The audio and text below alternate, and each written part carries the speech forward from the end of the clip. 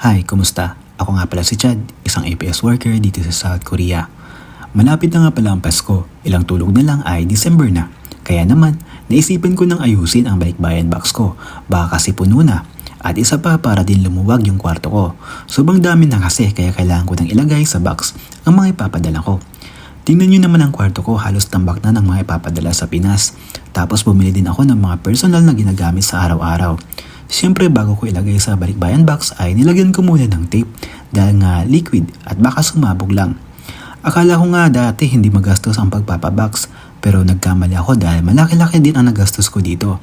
Lalo na at medyo mataas ang presyo dito kaya butas talaga ang bulsa.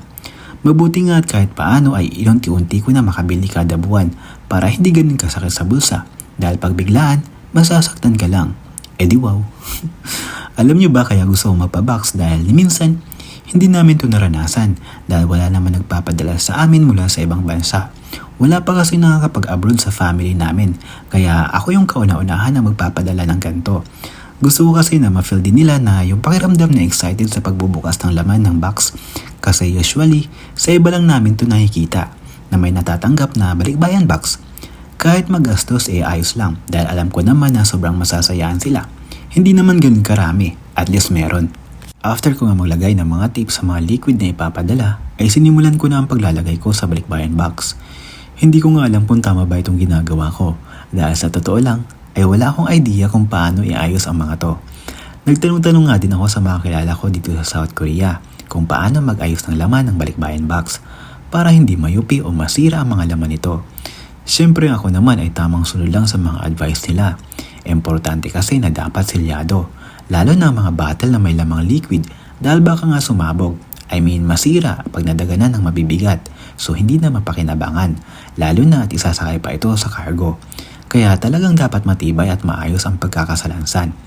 Habang inaayos ko nga ang mga to ay iniisip ko na sana hindi mayupi o sumabog ang laman dahil masasayang lang. Gusto ko kasi na makarating ito ng maayos sa paroroonan dahil sa totoo lang hindi biro ang magpadala ng balikbayan box, lalo na sa isang OFW. Malaki din ang puhunan dito para mapuno ang isang malaking box. Minsan pa nga inaabot ng ilang buwan bago mapuno. Kaya bilib din ako sa mga OFW na ang sipag-sipag magpadala ng mga balikbayan box. Siguro once a year kung kaya naman magpadala ng box, bakit hindi, diba? Yung mga kasama ko nga dito every 3 months nagpapadala sila ng balikbayan box. Sana all, diba? Yung ibang mga dilata nga pala dito ay hindi ko binili, kundi natanggap ko o binigay ng company dahil every holiday ay may binibigay dito na gift set kung tawagin. Okay na rin dahil malaking bagay na rin naman. Hindi ko na nga alintana ang oras dahil talagang nahirapan ako sa pag-aayos. Minsan kasi ang dami pang space na dapat lagyan, kaya minsan inuulit ko. Hindi ko nga alam kung tama ba yung ginagawa ko. Iniisip ko nga din na sana pag nadaganan ng mabibigat ay wag naman sanang masira ang mga takip o di kaya kumalat sa loob. Kasi sa totoo lang, very common na nangyari talaga pag nasa loob ng box. Isang buwan din kasi itong maglalakbay bago makarating sa destinasyon. Kaya madami pang pagdadaanan ang box na to bago makarating sa paroroonan at sana ay nasa maayos pa. Yung mga ibang gamit ko nga pala dito na laman ng balikbayan box ay hindi ko mga binili, kundi naipon ko mula sa paghahalongkat. I mean, ang dami kasing tinatapon dito na sobrang magagamit pa at maayos pa. Kaya naman, dahil Pinoy tayo kapag alam natin kaya pa, pinaglalaban pa natin. I mean, kinukuha natin. Isa pa sa nahirapan ako ay kung paano ko to isasara dahil sobrang dami nga at fully loaded. Tapos ako lang mag-isa, kaya talagang challenging ang pagsasara nito. Hindi ko rin alam kung paano ko uumpisan lagyan ng tape dahil nga medyo mahirap dahil bulky tingnan. Kaya palipat-lipat ako ng pwesto para lang maisara ng maayos. After 2 hours ay tuluyan ko nang nasara ang box at nilagyan ko ng madaming tape para sigurado na selyado.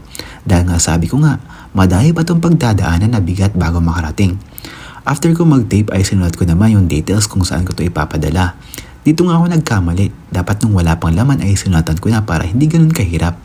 Medyo mabigat din nung natapos dahil ang hirap ibaliktad, tapos tinip ko ulit para just in case maulanan ay hindi masisira ang box.